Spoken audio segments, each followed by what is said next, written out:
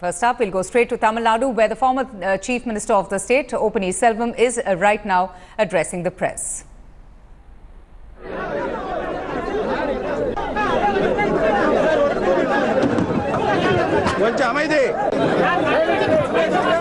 Silence.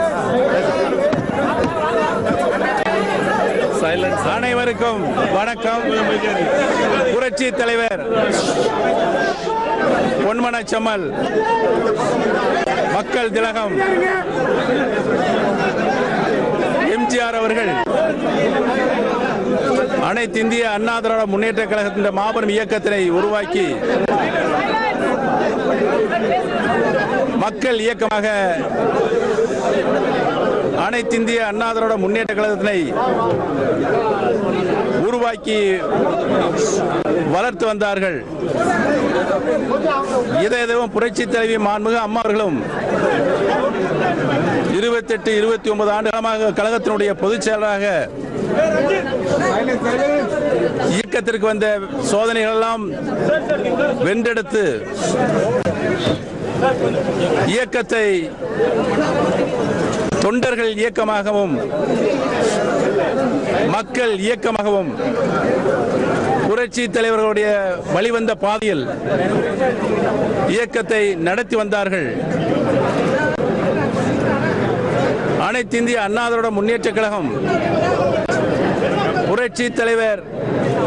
புரட்சி தலைவி மாண்புமிகு அம்மாவுடைய மரணத்திற்கு பின்னால்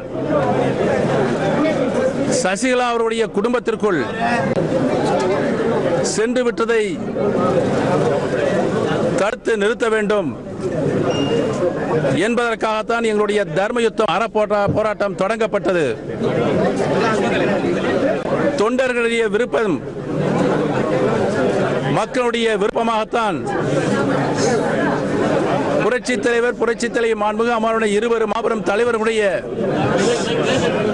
கொள்கையின்படியும் எங்களுடைய அடிப்படை கருத்தாக அந்த கருத்தை வைத்து தர்ம யுத்தம் தொடங்கப்பட்டது. அந்த தர்ம யுத்தத்திற்கு இன்றைக்கு முதல் வெற்றியாக சசிகலா குடும்பத்தை விலக்கி வைப்பது என்று அவர்கள் தரப்பில் முடிவெடுத்திருக்கின்றார்கள். தொடர்ந்து எங்களுடைய தர்ம யுத்தம் எந்த நோக்கத்திற்காக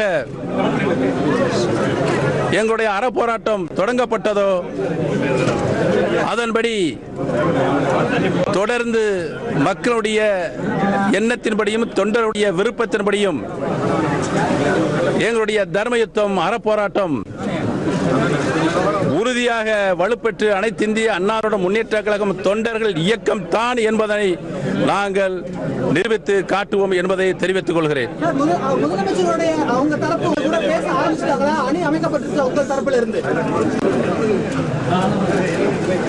இருதரப்பும் நாங்கள் பேசி தொண்டர்கள் விருப்பம் எதுவோ மக்களுடைய விருப்பம் எதுவோ அதுவை ஏற்படுத்துவதற்கு இருதரப்பும் உட்கார்ந்து பேசி முடிவெடுப்போம் என்பதை தெரிவித்துக் கொள்கிறேன்.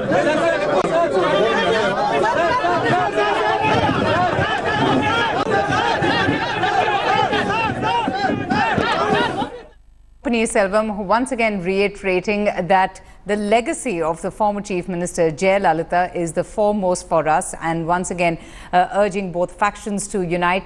Now, yesterday there was a lot of activity in the state of Tamil Nadu. We saw hectic consultations. But before I tell you about what happened yesterday, let's just find out what exactly did Mr. Panneerselvam have to tell the press.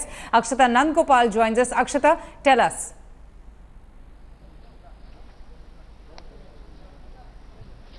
Avantika, essentially, Panneerselvam saying that, you know, at the end of the day, we will have a detailed discussion and then take some sort of a decision as far as an OPS and EPS merger is concerned. And yes, as you rightly said, he did talk about, you know, ensuring that they protect Jayalalitha's legacy. OPS, of course, has put across two demands. One is the removal of Sashikala and TTV Dinakaran from the party affairs. It looks like he seems to have accomplished that.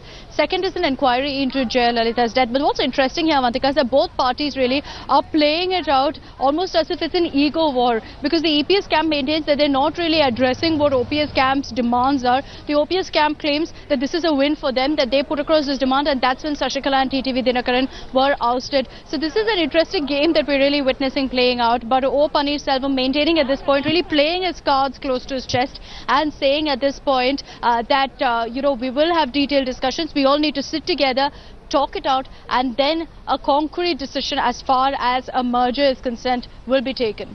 Akshata, this ego clash, you know, is being seen since the demise of the late Chief Minister Jayalalitha, isn't it? Now, moving ahead, you were on board INS Chennai. I'm very intrigued to know what exactly happened on board the ship. What was discussed amongst the MLAs, and any kinds of, you know, a sign or a hint of a possible rapprochement between the EPS and the OPS camp?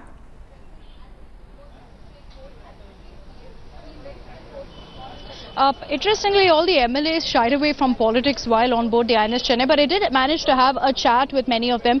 All of them very clearly, Avantika, said that they are for a merger. They said, you know, that this is for the benefit of the party, this is for the benefit of the state of Tamil Nadu. Obviously, the question that then arises is not just what is the trigger point, but what really was all that infighting about for the last many months. So those are obviously questions that many will ask, but this is really political opportunism at its best. These MLAs and ministers coming together, joining hands just days ago, you know, criticizing each other, and now suddenly they're all for a merger coming together. You know, the EPS camp is saying this was because O. Panneerselvam extended an olive branch by saying that he will, you know, that he is okay with joining hands with them, and that's really what's triggered all that we're witnessing now. But interestingly, Avantika, also just TTV Dinakaran now came out and spoke to the media. He also, of course, gave a detailed, addressed all our questions really about all these developments that have been taking place. And what I think is the point that we take away from all that is the fact that he said he's away from the AIADMK now. So is he conceding defeat? Is he going to step away if all the MLAs and ministers come together and express their concerns and say that they want him away from party affairs? Will he actually quietly move away is a big question, because he seems to maintain that what the party wants, I will do. Absolutely. Okay, we have with us also now T.S. Sudhir, consulting editor and senior journalist. So Sudhir, what did the former Chief Minister have to tell the press today? Well, not really much, except to say that the Dharma Yudh that he has started against Shashikala family, the entire Mannargudi family, that will continue, and he believes that the step to remove them from the AIADMK, which was taken last night by ministers in Edappadi Palaniswamy cabinet, is the first good decision that has been taken, the first step towards which will continue the Dharma Yudh. So basically he talks about that the war will continue, but very non-committal on what will happen about the merger between the OPS and the EPS camps, and basically that reaffirming what we have been picking up from our sources in the OPS camp, that there is a bit of a trust deficit as to what really is the intention of the Palaniswamy camp. There are beliefs that there are several camps which have emerged within the 122 MLA strong EPS camp, and everyone trying to pull in their own direction and perhaps hold whoever will emerge as a leader to ransom. So essentially those are some of the moves which are being made, which is why OPS being extremely non-committal, very guarded in his approach. He has the support of just about 12 MLAs at this point in time, and he does realize that he cannot be dictating terms.